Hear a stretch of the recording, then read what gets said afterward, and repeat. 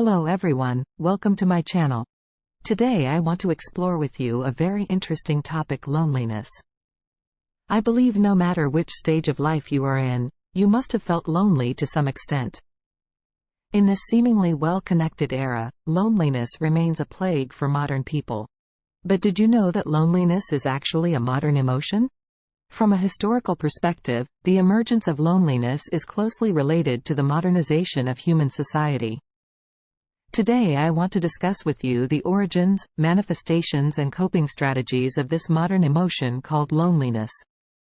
All these can be found in Faye Bound Alberti's book A Biography of Loneliness. First, let's trace the origins of loneliness. In fact, before 1800, the word lonely merely meant being alone objectively rather than a subjective emotional state. So when did this modern sense of loneliness begin to spread? The advent of industrialization and urbanization led to the estrangement between people, which was the first big thing that nurtured loneliness. After the Industrial Revolution, a large number of people flocked to cities from rural areas and became factory workers. People were no longer connected by blood ties and geographical relationships, but existed as individual units in society. The ideology of individualism thus emerged. At the same time, the decline of religious beliefs also weakened people's connection with the divine.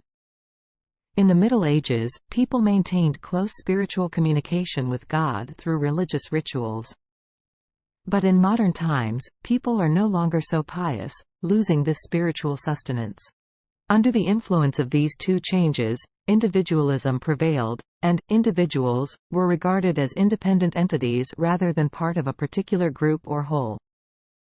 Ideologies like individualism and social Darwinism further encouraged people to pursue individual success and rights, alienating interpersonal relationships. The gap between individuals and the whole, private and public, became increasingly prominent, and loneliness thus came into being. So we can see that loneliness is not innate, but a modern emotion that has gradually developed under specific historical conditions. It is closely related to industrialization, urbanization and secularization. Furthermore, the feeling of loneliness surged in the late 19th century, when individualism and secularism were deep-rooted in people's mind. For instance, Queen Elizabeth II, after losing her beloved husband Prince Albert, fell into deep solitude for 40 years and was nicknamed the Widow of Windsor. Such phenomena were rarely seen before the 19th century. Let's now look at its typical manifestations in modern society. In fact, there are many forms of loneliness with myriad causes. Here I want to discuss with you two representative examples. The first is loneliness caused by modern industrial civilization. For example, many elderly people feel empty and lonely after entering nursing homes. In traditional agricultural societies, the elderly still played a role in family labor and were respected. But in industrialized today, their labor value has decreased. They are forced to retire and alienated from family and society, thus more prone to loneliness. The second example is loneliness caused by changes in beliefs about love.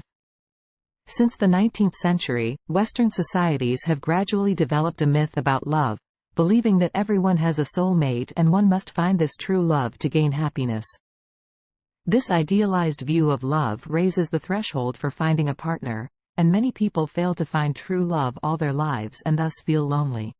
In addition, the author also discusses loneliness caused by the social media age, consumerism and many other aspects. This shows that the causes of loneliness in contemporary society are very complex and diverse. But no matter how varied the manifestations of loneliness are, they all hide some common socio-cultural origins behind. Now that feelings of loneliness are spreading across human societies, how should we cope with it? First of all, we must recognize that loneliness is a widespread social problem. It is no longer just a private feeling of individuals, but can lead to public health consequences. Secondly, we should also attach importance to offline interpersonal communication.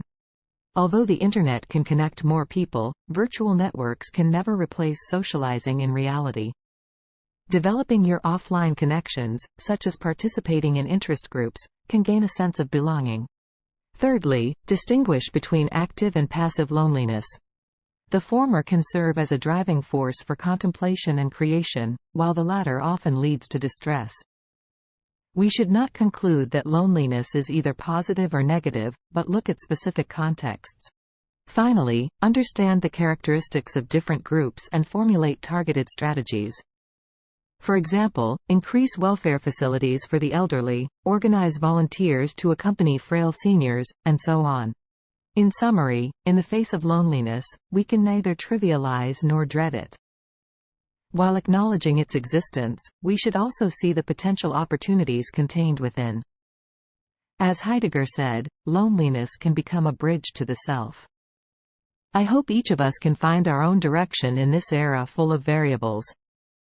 If you are interested in a biography of loneliness, I recommend you to purchase and read it as well. That's all for today. Thanks for watching, see you next time.